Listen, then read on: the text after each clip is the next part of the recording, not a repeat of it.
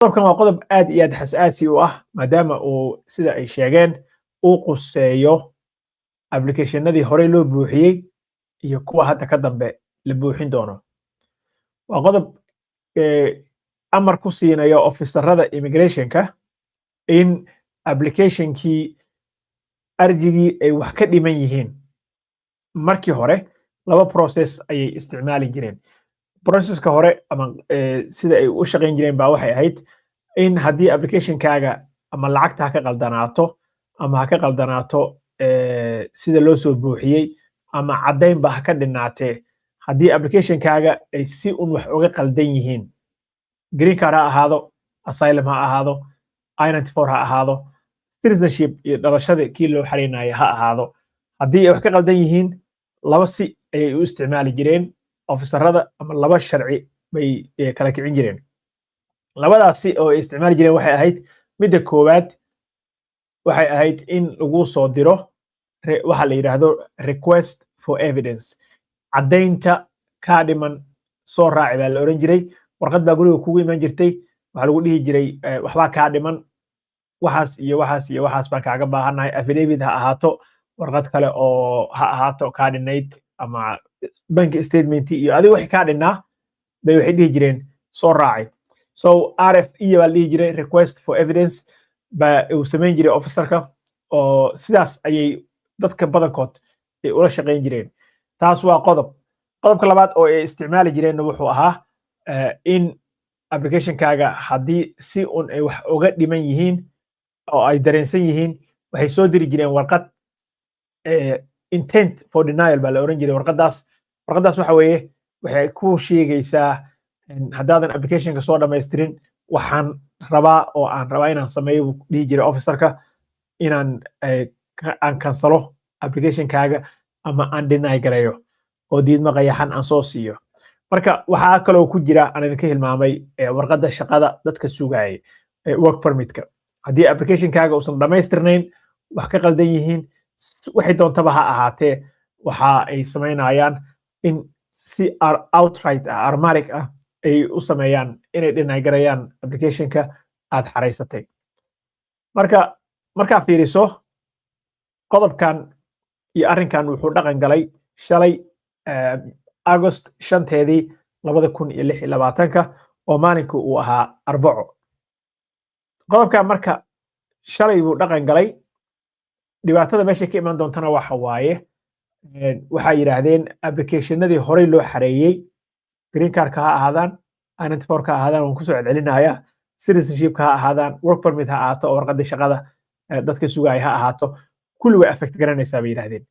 kuwa dambe oo soo socdana way saameynaysaa. marka officerka ayaa waxaa la siiyey discretionka ama go'aanka in uu kaa dalbado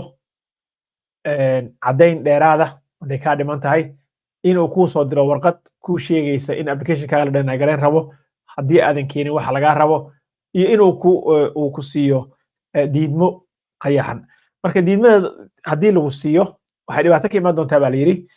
qof 2 sano sugaya green cardka oo kale oo farihii maray oo hawshii maray wixii dhan maray, hadday hal warqad ka maqan tahay meeshuu ka codsan lahaa wuxuu siinayaa denial, horuu isaga sii gudbinaya, waa lagu diiday automatically. marka ujeedka ay leeyihiin waxa waaye sida ay sheegeen oo ku cad warqadooda ay soo saareen iyo warqadda amarka lagu siinayay qolyahaasba. ninka madaxda ka ah waa ka hadlay. waxaa ku cad in ay rabaan kaysaskan faraha badan oo 1,400,000 ah oo case inay waxay rabaan ay kala shaandheeyaan sida sheegeen. maalin dhoweyto anaga ka hadlaynay inay rabaan inay 1,400,000 oo case oo u yaala inay kala shaandheeyaan bay rabaan oo midba meel lagu tuuro. so waxay u badin doonaan inay deny gareeyaan kaysaska ay diidaan oo diidmada ay soo siiyaan. marka waxaa la yidhi looyaro ka doodaya arkayay, waxaa kaloo arkaya qolyahan u dooda dadka soo galootiga ah, in qofkii 2 sano ka hor xareystay applicationkiisii hal warqad iyo 2 warqad ka maqan oo uu soo buuxin karay loo soo diiday, 2 sana ka qasaartay, lacag baa ka qasaartay, kadib waa inuu haddana dib u xareeyaa, lacagtii saxda ahayd ku xareeyaa, applicationkii si sax u buuxiyaa oo saani ah, in warqadihii iyo evidencegii iyo caddayntii laga rabay uu ku daro kadibna markaas ka dambe uu xareeyaa so waqti badan baa ka lumay bay yidhaahdeen lacag baa ka luntay bay yidhaahdeen qofkaas macnaha chance in la siiyo dhibaatada ugu weyn meeshaas ka imaan doontaa bay yidhaahdeen kaysaskii hore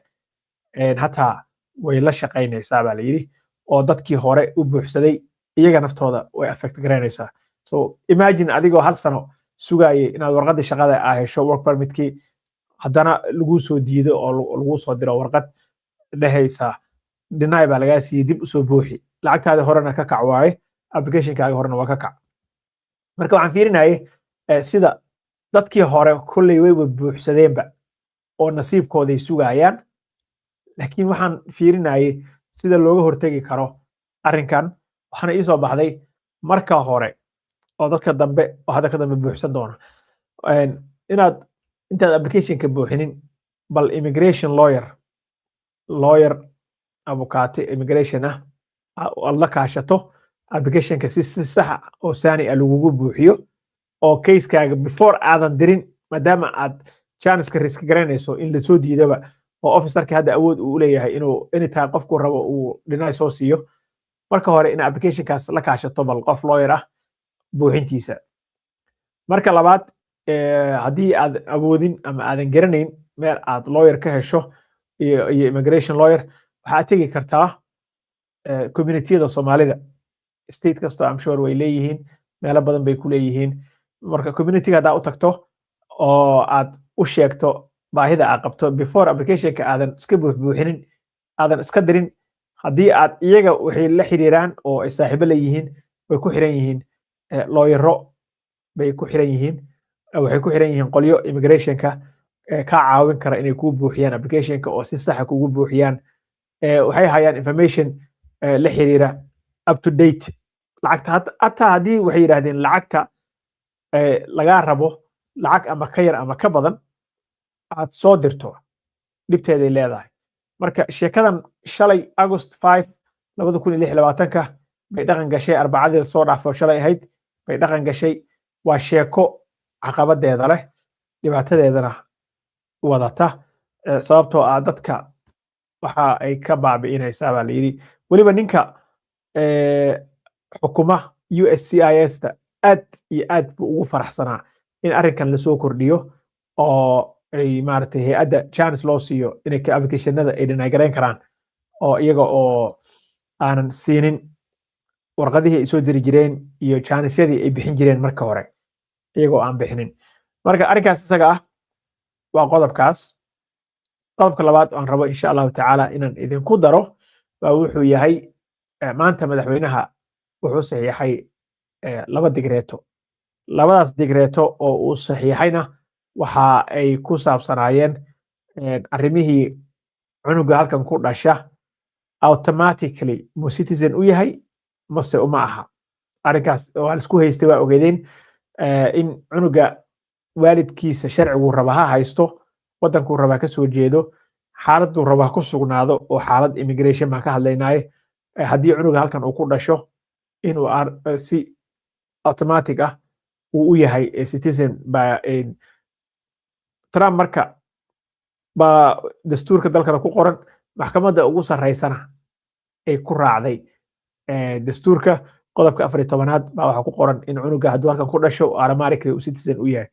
marka arrinkaas ayuu rabay Trump inuu ka hortago maadaama uu ku andacooday dad fara badan inay jiraan oo xuduudda soo gudba ama diyaarado ku imaada oo inta ku dhala si cunuga ugu noqdo American arrinkii isaga ahaa wuxuu noqday case-ka kaliya oo ay maxkamadda ugu sarreysa dalka Mareykanka oo iyada aan sidaan idin sheegay mar kastaba aan looga daba dhufan ay kaga hortimaado madaxweyne Trump arrinkii isaga ahaa aad buu isagu ciilkaambiyey madaxweynaha isaga oo isku dayay in uu xal u helo Congress-ka buu u tagay aqalka hoose ee dalka Mareykanka markuu u tagay Congress-ka wuxuu ka codsaday inay sharci soo saaraan legislation bay iyaga soo saaraan sharci diidayo in cunuga halkan ku dhashay oo waalidkiisa ay sharci lahayn hooyadiis iyo aabihiis ay uusan automatic u ahayn citizen oo si dadka uu uga hortago oo ugu sameeyo ma aragtay niyad jabin uga niyad jabiyo in arrimaha noocaas ay sameeyaan marka congaresskii waa ka yara dhaga adeegay asaga ayaa marka maanta sharci soo qortay sharciga maanta uu soo qortay 2 digreeto yaryar buu saxiixay inkasta oo ay ka duwan tahay tii markii hore uu rabay oo hadeer wuxuu ka dhigay 2 digreeto si oo wuxuu qoota ah buu u qortay mid wuxuu ka dhigay in haddii waalidka uu ku eedeysan yahay in si fraud ah oo sharci darro ah uu ku qaatay dhalashada dalka Mareykanka markii uu qaadanayay naturalizationka ama inuu qofkan American noqdo haddii marka kayskiisa ay wax ka qaldanaayeen cunuga uu dhalo automatically uma noqonayo buu yiri citizen so dad hadeer videoga ka horeeyay waa daawateen ma jeclahay asxaabteeda igu xiran waxaan kaga hadalnay in ay dad fara badan 25 qof daraad kaliya la xareeyay kaysaskooda oo la rabo in lagala noqdo dhalashada maadaama lagu soo eedeeyay barkood inay dambiye galeen barkoodna si oo qaldan oo fraud ay ku jirto ay ku qaateen dhalashada marka arrinka isaga ahaa ayuu daba socday haddii marka wuxuu yiri waalidka uu si qaldan ku qaatay dhalashada ama waxa qariyo ama dambi ha galo ama si fraud ah oo maaragtay been ah iyo waxa uu sheegay ha ku qaatay haddii waalidka marka wuxuu yiri uu saas ku qaatay adiga cunuga ah citizen ma noqonaysid oo automatically sharciga dhigaya inuu qofkan waalidkiisu suu rabaa ku qaatay hadduu inta ku dhashay citizen uu yahay arrinka uu ka hortagay arrinka labaad oo maanta soo saaray waxay ahayd dadka uu ku sheegay dalxiisayaasha oo kale oo intay dalkan yimaadaan ayagoo uur leh intay qariyaan markay yimaadaanna inta ku dhala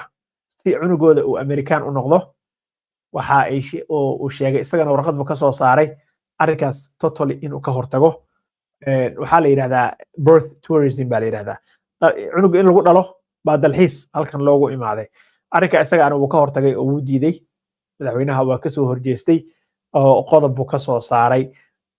in uu adkeeyo dadka isku daya badana inay viisaha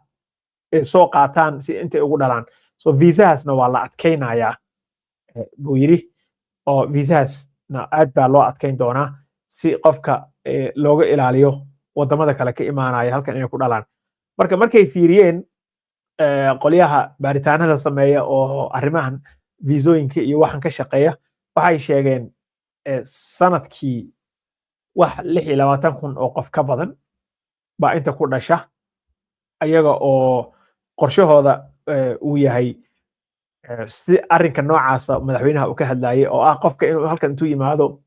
uu qariyo inuu uur yahay oo inta ku dhalo si cunugiisa uu noqdo citizen arrinkaas marka 26,000 marka loo fiiriyo baa la yiri 3 milyan iyo 500 oo kun oo cunug oo ku dhalata sanadkii dalka Mareykanka marka waxa ay ka yihiin iyo nambarka ay ka yihiin waa arki kartaa laakiin madaxweynaha waxa u muuqata inuu aad iyo aad u ilaaliyo una adkeeyo arrimaha noocana dadka marka wuxuu u bixiyay birth tourism dhalashada oo dalxiiska lagu raadsanayo viisaha iyo wuxuu u bixiyay maanta wuxuu soo saaray warqadaas kale in marka maxkamad lala aadi doono ayada oo laga duulayo dhankii dastuurka dalka qodobka 14aad oo dhigayay in cunuga halkan ku dhasho wuxuu rabaa suu rabaa u dhashay suu rabana waalidka ku yimaade sharciga uu rabana ha haystee in uu automatically citizen yahay in kale marka arrinkii isaga ahaa maanta dhan uu ka daba shaqeynayay labadaas arrin ayuu ka soo saaray viisaha in lagu adkeeyo islaamaha uurka leh oo raba halkan inay ku dhalaan iyo wuxuu soo saartay digreetadaas kale oo ah haddii waalidkaas si qaldan ama shaki uu ku jiro uu ku qaatay sharciga cunuga ay dhalaan American ma noqonayo